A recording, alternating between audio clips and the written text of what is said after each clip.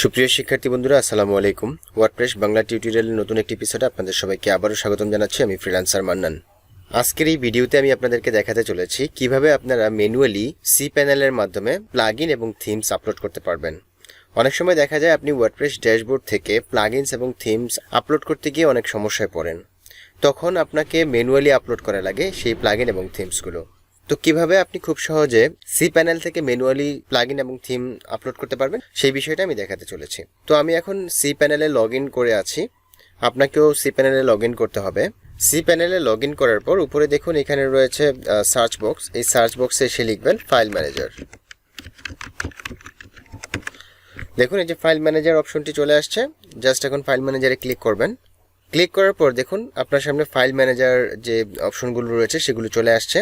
এখান থেকে আপনি যাবেন পাবলিক HTML। দেখুন এই যে পাবলিক HTML, এখানেই থাকে হচ্ছে আপনার যে মেইন ডোমেইন, সেই মেইন ডোমেইনের ওয়েবসাইটটি। তো আমি পাবলিক HTML এ ক্লিক করছি। আপনি যদি মেইন ডোমেইনে প্লাগইন এবং থিম আপলোড করতে চান তাহলে আপনাকে পাবলিক HTML এর ভিতরে এসে দেন WP কন্টেন্টে যেতে হবে। আমি ক্লিক করছি WP কন্টেন্টে, ডাবল ক্লিক করলাম। দেন যাবেন হচ্ছে প্লাগইনসে। প্লাগইনসে এসে সিম্পলি আপনি যে আপলোড বাটন রয়েছে উপরে, আপলোড বাটনে ক্লিক করবেন। ক্লিক করার পর আপনি সিলেক্ট ফাইলসে ক্লিক করবেন। ধরুন আমি উকমার্স যে প্লাগইনটি রয়েছে এই প্লাগইনটি এখন আপলোড করব। তো প্লাগইনটি আপলোড করার জন্য আমি প্লাগইনটি এখান থেকে সিলেক্ট করলাম। আমি অলরেডি এটা ডাউনলোড করে রেখেছি। দেন ওপেনে ক্লিক করছি। দেখুন এখানে প্লাগইনটি আপলোড হয়ে যাচ্ছে। তো দেখুন উকমার্স এই প্লাগইনটি এখানে আপলোড হয়ে গেছে, 100% হয়ে গেছে এবং এটার কালারটা হয়ে গেছে গ্রিন, অর্থাৎ প্লাগইনটি এখন আপলোড হয়ে গেছে। এখন আমি যদি আবার সি প্যানেলে আসি, আসার পর এখানে দেখুন অনেকগুলো প্লাগইন রয়েছে, কিন্তু উকমার্স প্লাগইনটি কিন্তু আমরা দেখতে পাচ্ছি না। তো আপনি যদি এখানে একটা রিলোড দেন, এই যে দেখুন রিলোড বাটন রয়েছে, এই রিলোড বাটনে ক্লিক করেন। একটু নিচের দিকে আসলে দেখবেন এই যে উকমার্স প্লাগইনটি চলে আসছে, কিন্তু এটা এখন জিপ আকারে আছে। এখন আপনাকে এটা কি করতে হবে? এক্সট্রাক্ট করতে হবে। এক্সট্রাক্ট করার জন্য রাইট বাটনে ক্লিক করবেন, এই প্লাগইনের উপরে এসে দেন এই যে দেখুন এক্সট্রাক্ট অপশন রয়েছে, এই এক্সট্রাক্টে ক্লিক করবেন। এক্সট্রাক্ট ফাইলস এই অপশনটিতে ক্লিক করবেন। দেন ক্লোজ করে দিবেন। ক্লোজ করে দেওয়ার পর দেন আবারও আপনি এখানে একবার রিলোড দিবেন। রিলোড দিয়ে যদি নিচের দিকে আসেন দেখুন যে উকমার্স প্লাগইনটি এখানে চলে আসছে। এখন সিম্পলি আপনি জিপ ফাইলটিকে ডিলিট করে দিবেন এখান থেকে। তো ডিলিটে ক্লিক করছি, রাইট বাটনে ক্লিক করে দেন কনফার্মে ক্লিক করছি।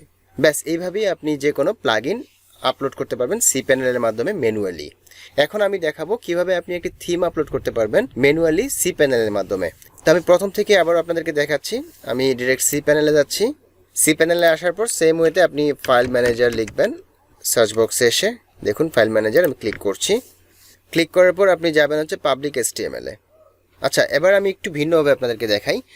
দেখুন পাবলিক HTML এর ভিতরে থাকে হচ্ছে মেইন ডোমেইন, কিন্তু আপনি যদি সাবডোমেইন তৈরি করে রাখেন এবং সাবডোমেইনে আপনার ওয়েবসাইটটি থেকে থাকে তাহলে দেখুন এই যে technology.freelancermannan.com এটা কিন্তু পাবলিক HTML এর বাইরে রয়েছে।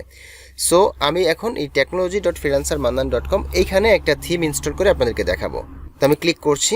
ক্লিক করার পর দেখুন এইখানে রয়েছে WP কন্টেন্ট। WP কন্টেন্টে ডাবল ক্লিক করবেন।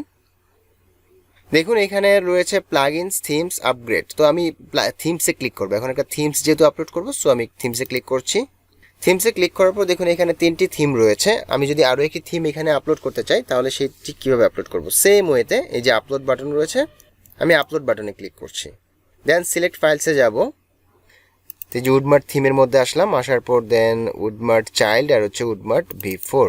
এখানে দেখুন এই যে woodmart.zip এটা হচ্ছে আমার মেইন থিম। তো আমি থিমটাকে এখান থেকে সিলেক্ট করলাম, দেন ওপেনে ক্লিক করছি।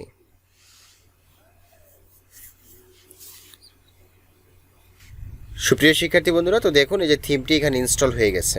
এখন আমরা যদি আবারও থিম পেজে যাই, এই যে দেখুন এখানে কিন্তু আমরা থিমটি দেখতে পাচ্ছি না। সেম ওয়েতে আমরা এখানে একবার রিলোড করব। রিলোডে ক্লিক করছি। দেখুন এই যে থিমটি এখানে চলে আসছে উডমার্ট জিপ। আমরা এখন এটা কি করব? এক্সট্রাক্ট করব।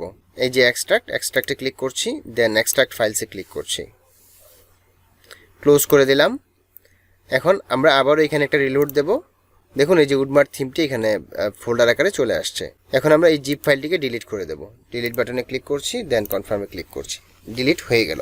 এখন আমরা যেহেতু এটা technology.freelancermannan.com এই ওয়েবসাইটের মধ্যে আমরা থিমটি ইনস্টল করেছি, এখন আমরা একটু এই সাইটটি ভিজিট করব। ড্যাশবোর্ডে আসলাম। আসার পর আমরা এখান থেকে অ্যাপিয়ারেন্সে যাব। অ্যাপিয়ারেন্স থেকে থিমসে যাব। থিমসে আসার পর দেখুন নিচের দিকে এই যে উডমার্ট থিমটি এখানে আমাদের ইনস্টল হয়ে গেছে। জাস্ট আমরা যদি এখন অ্যাক্টিভেট করি তাহলে আমরা এই থিমটি এখানে অ্যাক্টিভেট করতে পারবো। তো এই হচ্ছে টোটাল বিষয়, আপনারা কিভাবে খুব সহজে সি প্যানেলের মাধ্যমে ম্যানুয়ালি থিম এবং প্লাগইন আপলোড করবেন সেই বিষয়টি আমি দেখানোর চেষ্টা করেছি। যদি ভিডিওটি ভালো লাগে তাহলে অবশ্যই লাইক দিবেন আর অবশ্যই শেয়ার করে অন্যদেরকে দেখার সুযোগ করে দিবেন। আর আমার চ্যানেলে যদি আপনি একেবারে নতুন দর্শক হয়ে থাকেন তাহলে অবশ্যই চ্যানেলটিকে সাবস্ক্রাইব করে দিবেন, পাশে থাকা বেল বাটনটি প্রেস করতে ভুলবেন না। ভালো থাকবেন, সুস্থ থাকবেন। আগামীতে নতুন কোনো বিষয় নিয়ে হাজির অবশ্যই প্রত্যাশা এখানে বিদায় নিচ্ছি। আল্লাহ হাফেজ, ধন্যবাদ সবাইকে।